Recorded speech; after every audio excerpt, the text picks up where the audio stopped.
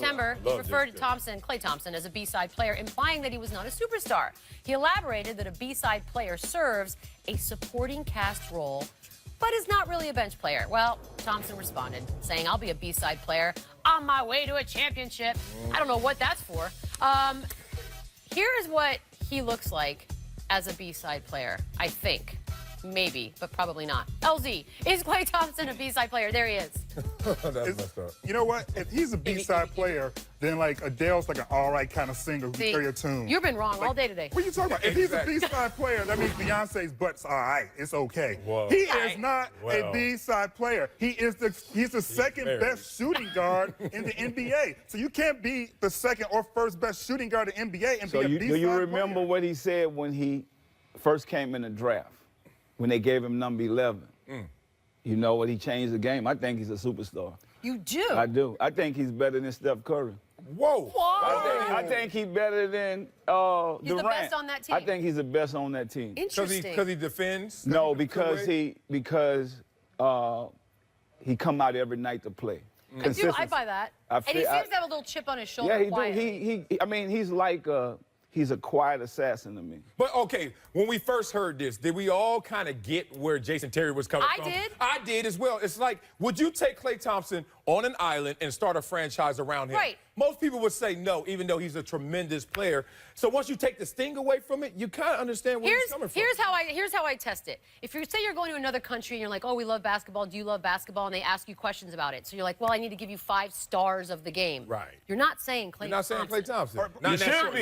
You should be. But also consider who else was on Jason Terry's B-side list. That's he fair. also included Kawhi Leonard, who was second, who was like second MVP. Excuse me. 2-time Defensive Player of the Year. So that's his Jason B-side. Terry is... So consider that. Jason Terry is tripping. Consider DJ when talking about the B-side. Look, Now to I'm be not honest gonna with you, That's a good point. there's no B-side with this man because he That's could go on fair. any team and be a superstar. Superstar. He's a superstar Speaking now, of, by the but way, he will be on any other the team. Warriors talk. We haven't even started the season yet, but apparently it doesn't need to be done. It's already been decided. Preseason survey conducted by NBA.com. These are the GMs voting, by the way. 100% say it will either be Warriors and Cavs. They're not even winning the voting for whole their thing. team. They're like, hell no, we ain't got a chance. That's the bottom line here. They're not even voting for their own team. There are 28 GMs not voting for Wait their up, own team. hold on. Nobody else got a vote? Nobody else. And you know what, being real, no one else deserves a damn vote. Even as the come on. If we said put your bottom dollar on another team outside of those two, I wouldn't bet. And I'm a Clippers fan. I would be shocked. Who was your team? Spurs. Oh, stop. You're not going to bet. But they're not going to do that. I do have a team. I think the Raptors with DeRozan. I think they got a great You got an album coming out with Drake. Ain't no way in damn Toronto. No, you stop. What about look? There is And one what team. about? He's got a team I got too. another team. OKC. Oh, man, what's Man, up? I'm telling you. hot take. There is only Man, one Westbrook team. is a beast. I do I'm just agree with telling that. y'all. It's a He's team, not though. There is B-side. only one team that's going to shake that all up, and that is the Boston Celtics. They're Oh, the only there team. we go.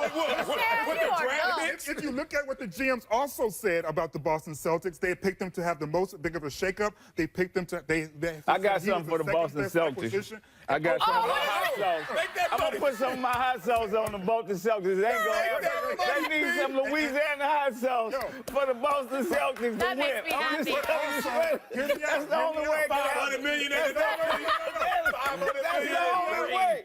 That's the only Where way. did you just pull the hot sauce out of? Is what I don't Mark understand. this down, people. Mark this down. What? They're going to make a mid-season trade. Oh, stop talking. Listen, Stop, mark LZ. it down. Mark it down. They're going to No. make a mid-season I'm gonna mark trade. it down, They've already but- talked about getting in Boogie Cousins. No. They have multiple first-round picks They got can a use. ton of draft picks. They have a ton of draft That's all picks. they They're got. going to make a move mid-season and No. guarantee On they're a gonna lighter shake things note, up. on a lighter Way note, too the Boston serious, by the way. Celtics. Do not be surprised if the Cleveland Cavaliers fall to a remade Boston Celtics. You really Okay, doing like I have a NBA question. countdown, huh? I have Right one there. question. Not for you guys. What's going on next? What's going on lately? What do you got? Well, also weekend we're doing a benefit concert and it's for the victims of the flood relief for Baton Rouge. So I want all the athletes to come out. We're going to have all the top celebrities there, from Usher to Lil Wayne. It's Marcellus, gonna be you want Marcellus? Yeah, you need me to DJ? Come on. Come on, man. I'll bring the hot sauce. Let's go get it. You must have on the beat.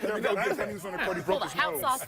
No, you know what, though? When people look at about floods and a lot of victims, they're not back in their homes yet in Baton Rouge. And I feel like, you know, for All-Star Week, this is a way for us, even though it's going to be a fun event, it'll be a way for everybody to do their part. So this concert event is going to be great for our people. There you go. In Baton Rouge, Louisiana. Master P, a man of many talents. Man. Thank you for being here. We'll be back. Oh, but first, Jimmy Kimmel. You better bring some food next time. The Dodgers even the series last night in Chicago. It's tied at 1 game apiece. And our local news channel, KTLA, was in downtown LA this morning to try to capture the excitement of Dodger fans in tonight's edition of Excellence in Reporting.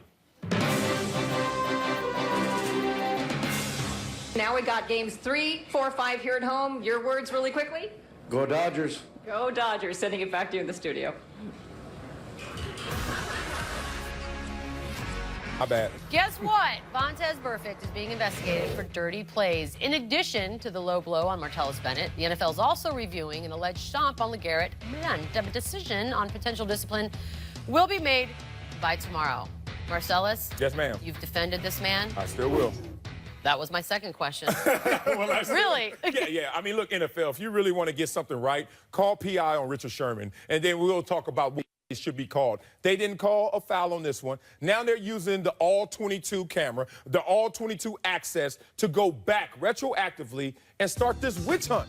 This is what it is. The guy's on probation. We get it. He messed up last year in the playoffs. But now those kind of plays happen all the time in the NFL. I don't want to call them gamesmanship, but they're certainly not meriting what kind of attention he's getting. Marcellus, he just went back in there and stepped on him. I've been there. I've been there. Dude, here's the thing. Is it a witch hunt? Yes. Thank Is you. he a witch? Yes. That's the problem. Found him. If there's a witch hunt and you're a witch, yes, you're going to be in trouble. That's not fair. If you know their eyeballs going to be on you, yo, bruh, do the nautical suit. Start acting a little bit better. Oh. Give the witches some love. All right, here's the thing. Here's the thing. All right, we're supposed to judge every single incident as a separate incident, not collect them all together. Life do we But that's impossible. Right. You know that's impossible. Well, that's the legislation, and that's the way you're supposed to look after these players, not go back and say, you know what, since you have this history, you had to do something today. Yeah, but this ain't law. Your parents We have taught me, rules. my parents taught me that. It wasn't like, oh, this is your first time offense, so you'll get it off a little bit easy. But if this is the 6th, 7th, 8th time you've done something, all of that goes out the window. What have you done that many times? What did I do? Nothing. It was all lame. Toilet paper to vacant house. Not that big a deal. Sure, but it's impossible as a human to pretend we don't know what he has done in the past. I get it, but how does that really come into play in that moment, in that stomping, to make me go back and watch game film of some of our errors? The phrase repeat offender is there because we've been watching you and you've done this before. Oh, yeah. So which one still? Next up, hunt? back in my day, this is all me. Mullet enthusiast, proud 40-year-old Mike Gundy shared some interesting thoughts recently on parity in college football. Take a listen to this. In preparation is different now than it ever has been.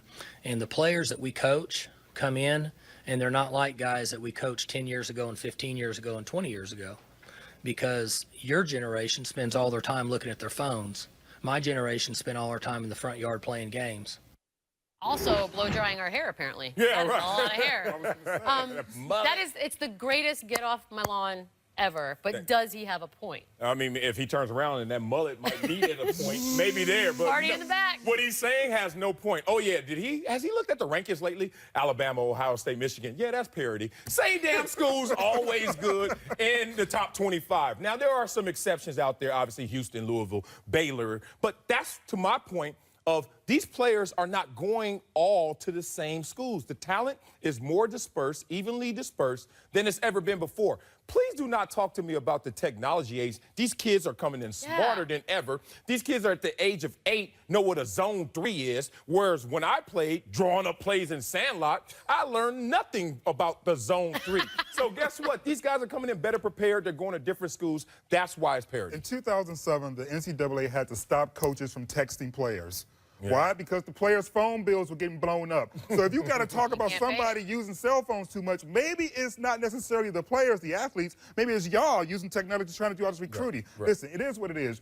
Your team's not very good. You lost to Central Michigan University. Hello. You're bitter. Your hair is big. And you're trying to find a reason to kind of deflect. Great hair. But it's not as if we don't have great athletes today. We still have great athletes. Can I ask you this? Because this argument is good for many, many things. Why are kids lazy? Why are they pasty white? Why do they have no attention span? These are the answers to that question. But I thought athletes today were bigger, better, greater, stronger, all of these things. And smarter. Right. So for me, as much as I love that argument and have used it in my own life, I feel like it just doesn't fit this problem. No, I play sandlot football, and we draw a play up. It will be literally with a stick. These kids are now playing Madden, and they're the GM of an organization, drafting and knowing salary caps. What are you, 82 years old? I'm just saying, it's a whole different beast. And really, in 2000, Pew Research shows 48% of adults use, you want to see a little bit I don't know. 48% of adults use the internet. Today it's down to 13%. There's only going to be more cell phones, not less, so get used to it. Can't wait. It's time for a Bill Belichick baby announcement. It's like Blake and Lively. We have a roster addition to announce this morning. It's a little different than the usual one, and the emphasis would be on little. We can add newborn Blakely Rose to the depth chart. She was born this morning to my son Steve and the real MVP, Jen. So this is a happy and exciting day for all of us. And with that, we'll move on to the Steelers. That was a Bill Belichick baby announcement. That was perfect. Time for Pulse of the Nation, presented by Toyota. Winners and losers. J.R. Smith, Whoa. I do love you so. He threw a first birthday party for his dog, Dallas. Marcellus, I have thrown a birthday party for Leroy Jenkins. Have you thrown a birthday party for Quincy? Oh, man, you called me out as a bad parent. Yep. I have not thrown a party for Quincy. Quincy doesn't need those type of things. He's not vain like most dogs are. Oh, we don't like to celebrate birthdays? No, you know what? He loves his life. I'm I'm a cat whisperer. He knows what he needs most in life, which is love and some enjoyment from his parents. That's You know what? He Yeah. doesn't need How celebration. about this? How about when your son gets a little older, tell him no birthday parties? We didn't need that. Winner. Oh, that might not. Employment. Yeah, they're going to be huge. Anthony Davis posted an ad for a personal assistant on Craigslist. He lists unibrow or heavy eyebrows as a plus, LZ. I think that is a plus. In fact, if I could make my eyebrows connect, I would love to sign up for that job. You would? I Good would. dresser. That's discrimination if you really want to go there. You can't. How is that discrimination? It's follicle discrimination. It's just a preference. Well, you can't do that as an employer. It has to be based on marriage. Why? Because it's what? Unibrow. Offensive to those of us with plucked brows? Well, he could go we're not further. allowed? He could That's the keep going lifestyle further. you chose. Yeah. I did choose this Take the lifestyle. post down, Anthony. Take the post. Loser routines. Patrick Peterson took to warm-ups yesterday in this. Marcellus, now do you believe in dinosaurs?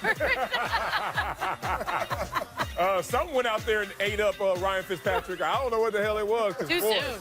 Fitzpatrick, you were horrible. No, I don't believe in no damn dinosaurs. Stop. What is it, 6 billion years ago this thing was Yes. on the planet? Not that thing in particular. Exactly This what thing, it Not is. that thing in particular. Oh, wow. Oh, what?